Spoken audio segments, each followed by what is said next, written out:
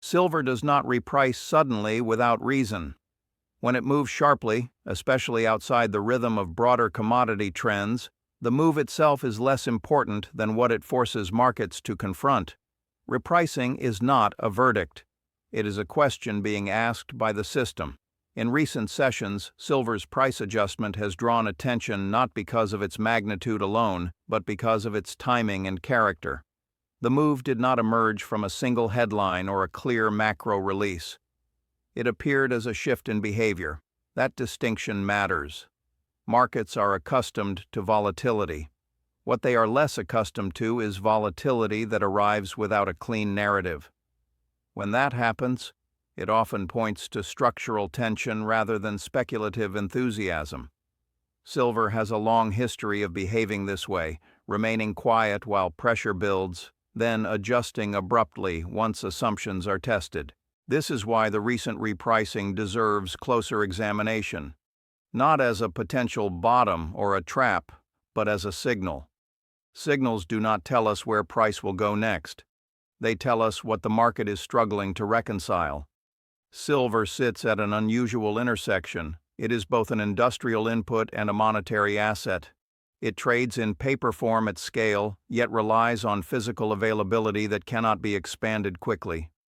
When conditions are stable, this dual nature is easy to ignore.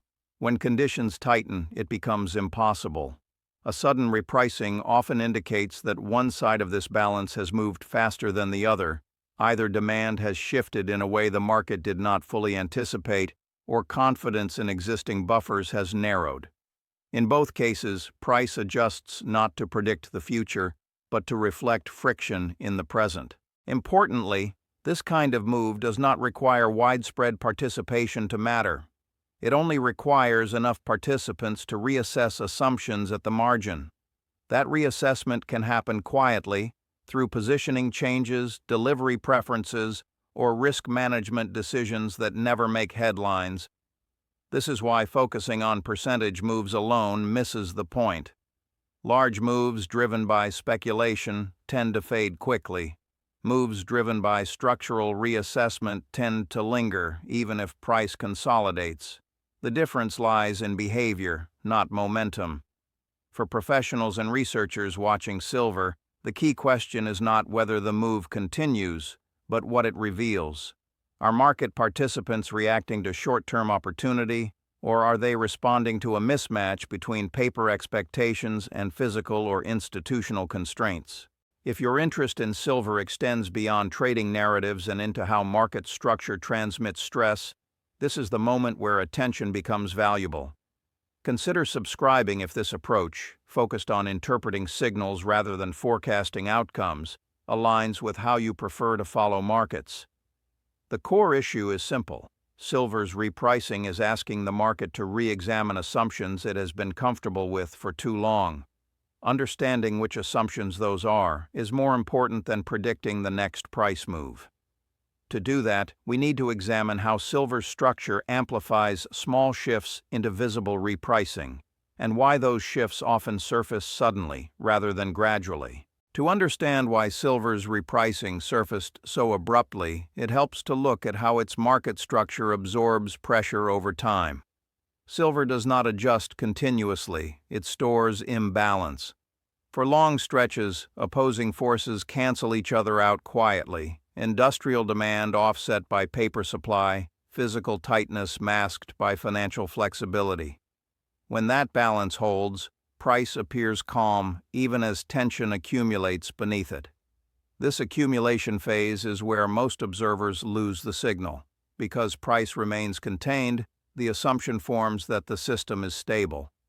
In reality, stability is being maintained through offsetting behavior rather than abundance. Participants rely more heavily on hedging, inventory assumptions, and rollovers to manage exposure. The market functions, but it does so by leaning on mechanisms that defer resolution. Silver's dual role intensifies this dynamic. Industrial users operate on long planning cycles and require continuity. Financial participants operate on shorter horizons and seek liquidity. As long as both groups can meet their needs without directly competing for metal, the system remains balanced. But that balance is conditional. Small shifts can upset it: a modest increase in industrial draw, a change in delivery preference, a reduction in willingness to lease metal. None of these needs to be large to matter. They only need to persist. Persistence changes expectations. When expectations change, behavior follows. Market participants begin to adjust not because of what has happened, but because of what might become harder to manage. Risk is recalibrated preemptively. Exposure is trimmed at the margins. Liquidity becomes more selective. These changes are incremental, but they alter how pressure is distributed. This is where repricing often begins, not with a dramatic event, but with a realization that the existing framework is less robust than assumed. Once enough participants reach that realization, price adjusts quickly, not to a new equilibrium, but to reflect uncertainty about where equilibrium lies. Silver's relatively small market size amplifies this effect. Compared to larger commodities, it takes less flow to move price meaningfully. That does not make the move speculative. It makes it sensitive. Sensitivity is not volatility for its own sake. It is responsiveness to constraint. Another factor is timing. When repricing occurs during periods of broader market uncertainty, it carries more informational weight. Participants are already cautious. They are more likely to interpret unexpected moves as signals rather than noise. That interpretation reinforces the move, even if fundamentals have not changed dramatically overnight. Importantly, this does not mean the market has reached a conclusion. Repricing is a question, not an answer. It asks whether previous assumptions still hold. It tests whether participants are comfortable returning to prior behavior or whether they prefer to operate with more caution. In silver, these questions tend to linger. Consolidation often follows repricing, not because the signal was wrong, but because the market is working through implications. Participants reassess supply chains, delivery mechanics, and risk exposure. Price pauses while behavior adjusts. For analysts and researchers, this is the critical phase. It is tempting to interpret consolidation as resolution. In reality, it is evaluation. The market is determining whether the conditions that produced the move were transient or structural. Understanding this helps avoid false conclusions. A sharp move followed by sideways action does not invalidate the signal. It often confirms that the market is taking it seriously enough to reassess rather than dismiss. To see how this reassessment can influence longer-term behavior and why silver's structure makes those influences persistent, we need to examine how participants respond once initial repricing forces them to operate under revised assumptions. Once a repricing forces the market to pause and reassess, the next phase is behavioral differentiation. This is where silver's structure becomes most revealing. Participants do not all respond in the same way, and those differences shape how the signal evolves. Financial participants tend to respond first. They adjust exposure, tighten risk limits, and reduce reliance on assumptions that were comfortable before the move. This does not mean they exit the market. It means they demand more clarity. Positions are sized more cautiously. Duration shortens. Optionality becomes more valuable than conviction. At the same time, industrial participants respond more slowly but more persistently. Their concern is not price discovery, but continuity. A sudden repricing does not change their need for silver. It changes how they think about access. Procurement decisions are revisited. Inventory buffers are reviewed. Supply chains are stress-tested. These actions rarely show up in daily data, but they matter enormously over time. This divergence in response is critical. Financial markets can adjust exposure quickly. Physical demand cannot. When repricing reflects tension between these two layers, the adjustment process is asymmetric. One side can step back, the other cannot. Silver's market structure amplifies this asymmetry. Because much of its supply is byproduct-based and slow to respond, physical availability does not expand simply because price has moved. The repricing does not summon immediate relief. Instead, it forces participants to operate under the assumption that flexibility may be more limited than previously believed. This is where repricing begins to influence expectations rather than just positions. Participants start to interpret new information through a different lens. Data that once appeared neutral is re-evaluated. Inventory figures are examined more critically. Delivery patterns attract attention they previously did not receive. The result is a market that becomes more sensitive to marginal changes. Small developments carry more informational weight. What might have been ignored before is now treated as confirmation or contradiction. This heightened sensitivity is not speculation. It is recalibration. Importantly, this recalibration does not require agreement. Markets rarely move because everyone reaches the same conclusion. They move because enough participants adjust behavior in similar directions for different reasons. In silver, that convergence often occurs quietly. This is why repricing can feel disproportionate to news. The move is not responding to a single catalyst. It is responding to a shift in collective tolerance for uncertainty. Once that tolerance narrows, the market's reaction function changes. For researchers, this is the key insight. Silver's repricing is not a verdict on fundamentals. It is a reflection of how the system processes constraint. When constraint becomes relevant, even modestly, markets behave differently. This also explains why silver often reprices faster than broader narratives adjust. Structural signals precede narrative acceptance. By the time explanations become consensus, behavior has already shifted. The important question now is not whether the repricing was justified in hindsight. It is whether the market can return to its previous assumptions without friction. If it can, the signal fades. If it cannot, the repricing becomes a reference point rather than an anomaly. To understand which path is more likely, we need to look at how markets behave once revised assumptions are tested over time, and why silver's structure makes those tests harder to resolve cleanly.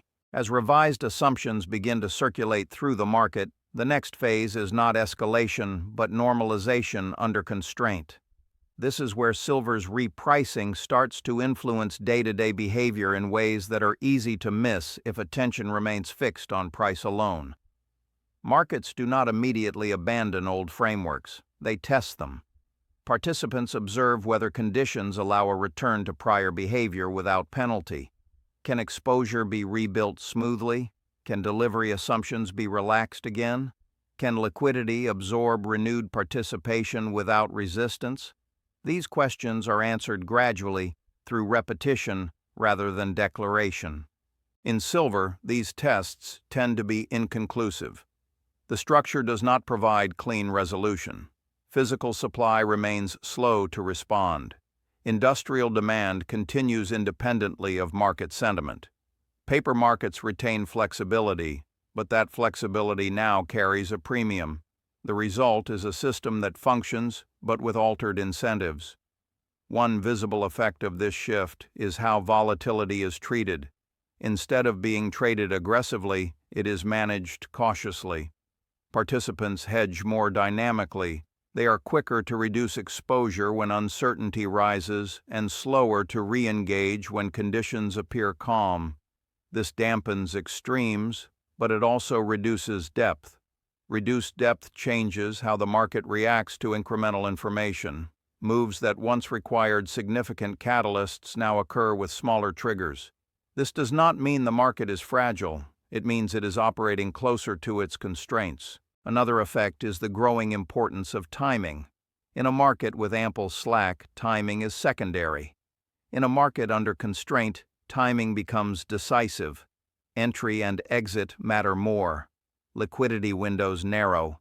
Participants concentrate activity into periods of perceived safety, leaving other windows thinner and more reactive. This behavior reinforces the original signal.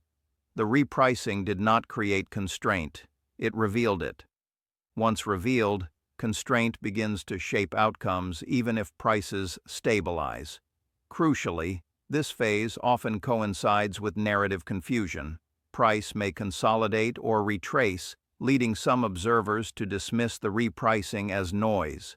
But structurally, the market has already changed. The tolerance for uncertainty is lower, the cost of misjudging availability or liquidity is higher. For professionals and researchers, this is the most informative stage. It shows whether the market is capable of reverting fully to prior assumptions or whether those assumptions have been permanently weakened. In silver, full reversion is rare once physical and financial layers have been forced into closer alignment. This is why silver's repricings tend to leave lasting footprints. Even when prices move sideways afterward, behavior does not reset. Risk remains more actively managed. Inventory and delivery data remain under scrutiny. Small signals retain influence. Understanding this helps avoid a common mistake, assuming that the absence of follow-through invalidates the signal. In structurally constrained markets, signals are absorbed, not amplified. Their impact is felt through changed behavior rather than continued momentum.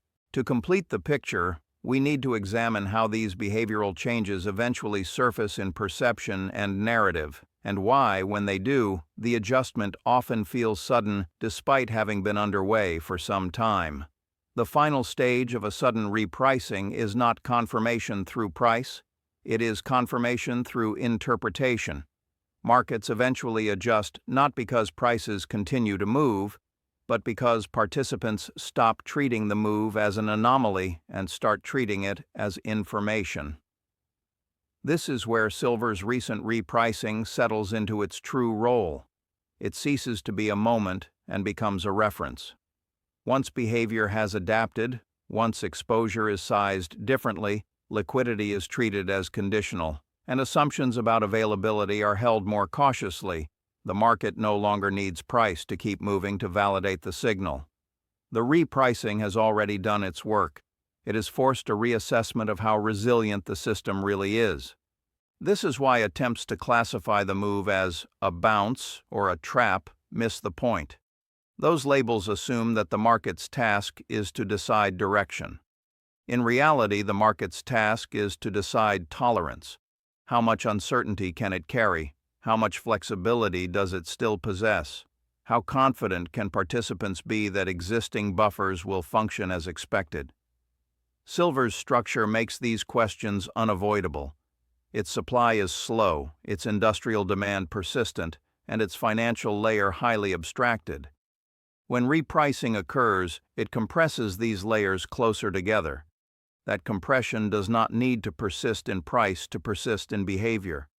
Over time, this behavioral shift feeds into perception. Analysts begin to frame silver differently. Inventory data is contextualized rather than taken at face value. Physical flows are discussed with more nuance. The market narrative evolves not because of a single data point, but because prior assumptions no longer feel sufficient. This is often when observers say the market suddenly changed. In truth, the change has been gradual. What feels sudden is recognition. Recognition is powerful because it reframes past behavior. What was once dismissed as noise is reinterpreted as signal. What was once assumed to be flexible is reclassified as constrained. Silver's repricing accelerates this reinterpretation. Importantly, this does not imply inevitability. Markets can operate under constraint for long periods. They adapt. They become more selective, more timing sensitive, more risk aware. Stability does not vanish. It becomes conditional. For professionals, academics, and researchers, this is the enduring takeaway. Silver's repricing is not a forecast. It is a diagnostic. It reveals how the system responds when comfort gives way to caution. The most valuable insights do not come from predicting where price will go next. They come from observing how behavior changes after assumptions are tested. In silver, those tests tend to surface abruptly, but their implications unfold slowly. If the market can return fully to its prior assumptions without friction, the repricing will fade into history. If it cannot, the repricing will remain embedded in how risk is managed, how data is interpreted, and how confidence is allocated. That distinction will not be announced. It will be reflected in behavior. If this framework has helped clarify why silver's sudden repricing matters beyond short-term moves, consider sharing it with others who analyze markets structurally rather than emotionally. And if you've observed similar dynamics in other markets, where repricing forced a reassessment rather than a conclusion, add your perspective in the comments. Silver does not speak often. When it does, it rarely tells us what will happen next. It tells us what the market is no longer willing to assume. Silver does not reprice suddenly without reason. When it moves sharply, especially outside itself, is less important than what it forces markets to confront. Repricing is not a verdict, it is a question being asked by the system.